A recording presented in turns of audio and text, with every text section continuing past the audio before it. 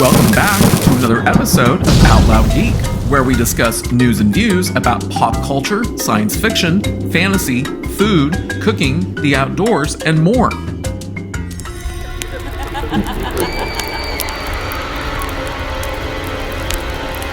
Let no one be fooled about the current state of the Star Wars franchise. Star Wars is dead. I finally admitted that last year in a video that I had released at the time, but many believe that the death of the franchise occurred the day that its creator, George Lucas, sold it to Disney way back in 2012. In many ways, that may be true because the removal of Lucas from the franchise and from the studio that he created, LucasFilm, marked the beginning of a long decline for both the studio and the Star Wars franchise itself that eventually enveloped two more franchises that Lucas had created, Willow and Indiana Jones. And in addition to Bob Iger, the CEO of Disney, who admittedly misled Lucas at the time of the 2012 purchase, was the woman that Lucas had put in charge of Lucasfilm before he sold it, and was kept on as president after the sale, Kathleen Kennedy. And thanks to her insistence of pushing her radical feminist agenda ahead of all other considerations, both at Lucasfilm and in all three of those franchises, all of them are now dead. Naturally, neither the trades nor the shill media sites will ever admit to that, but it's true and it doesn't quite end there, because the original target audiences for all three of these franchises were male, and there is nothing that Kathleen Kennedy hates more than male fans. But before proceeding, I'd like to ask everyone to please like this video, please share the video on social media, please subscribe to support this channel, and please press the bell to receive notifications. Thanks! When it comes to the subjects of Star Wars and Kathleen Kennedy, I don't mince words because she indeed bears the brunt of the responsibility for the death of the franchise. I had no problem with there being a female protagonist in her sequel trilogy, but I did have a problem with that female protagonist being nothing more than an overpowered Mary Sue, with the entire Star Wars franchise becoming bent out of shape and retconned to ensure that she and she alone would be the sole hero of everything within that universe. In other words, it wasn't enough for Kathleen Kennedy that her Mary Sue Ray Palpatine character was the hero of the sequel trilogy alone, because Kennedy also wanted Ray to be the hero of George Lucas's original and prequel trilogies, because their principal heroes included men, and Kennedy couldn't stand that. For Kennedy, heroes have to be strong women who don't need no men. The Obi-Wan Kenobi series, instead of being about the titular character and his charge, the young Luke Skywalker, it was more about the young and very annoying Princess Leia and a female Inquisitor named Reva. A more accurate name for that series would have been the Reva and Princess Leia Show, especially when it went out of its way to make Obi-Wan Kenobi look utterly stupid through half of it.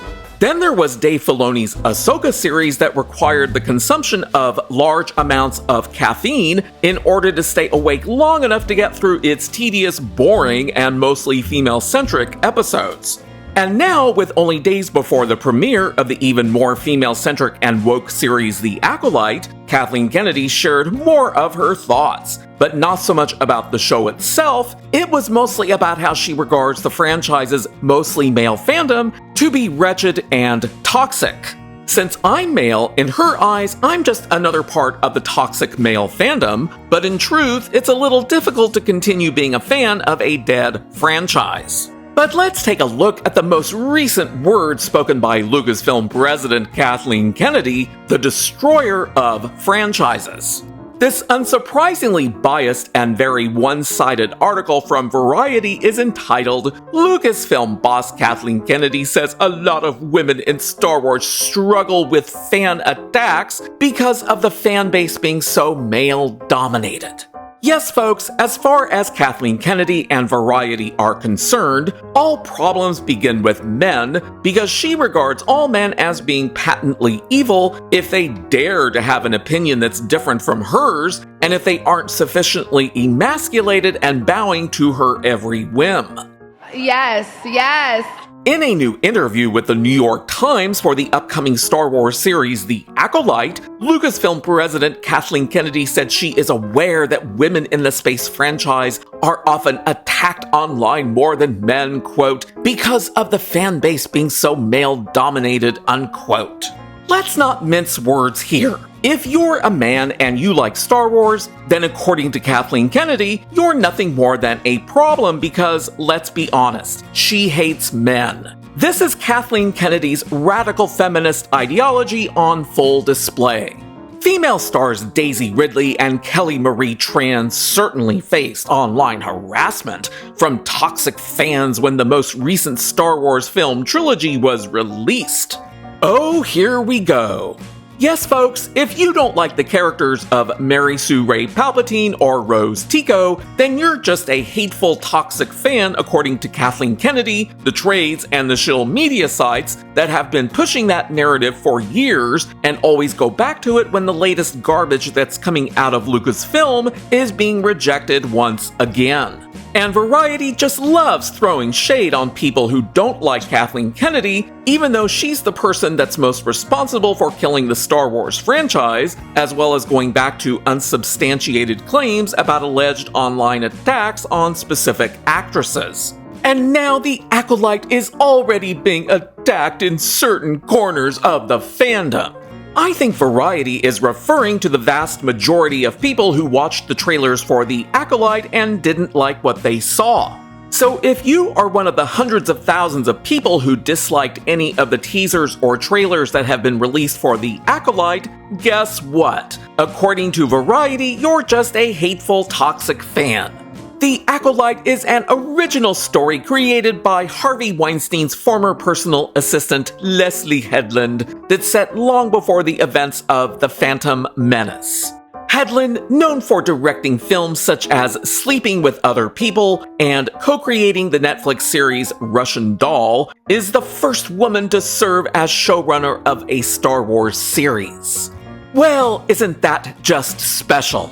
Her show includes major new female Star Wars characters played by the likes of Amandla Stenberg, Carrie-Anne Moss, Jodie Turner-Smith. Yes.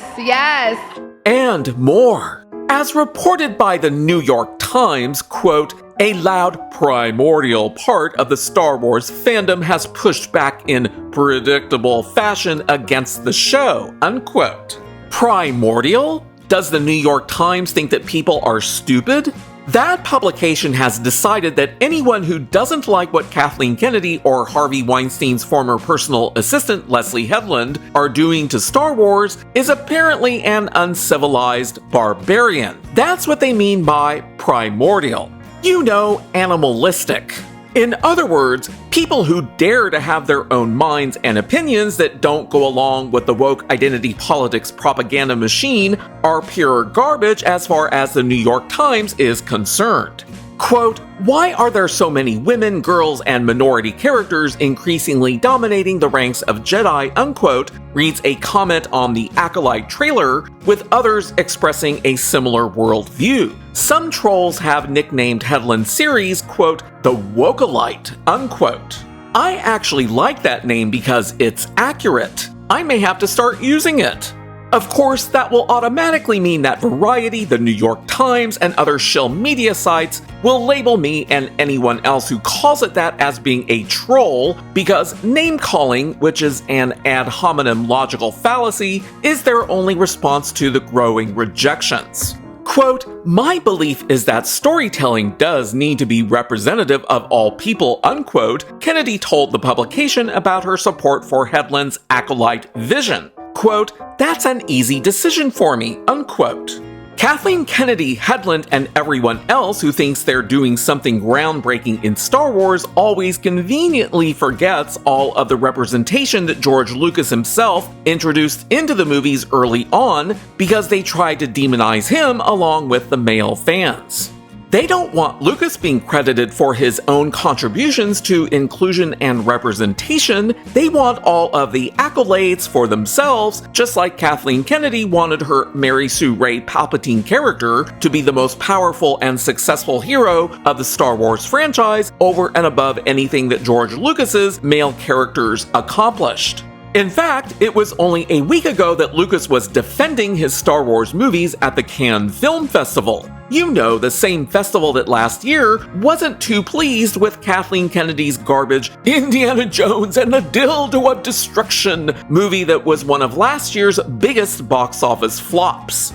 Quote, they would say, it's all white men, unquote, Lucas said of the film's critics. Quote, most of the people are aliens. The idea is you're supposed to accept people for what they are, whether they're big and furry or whether they're green or whatever. The idea is all people are equal, unquote. And this is from another Variety article from last week.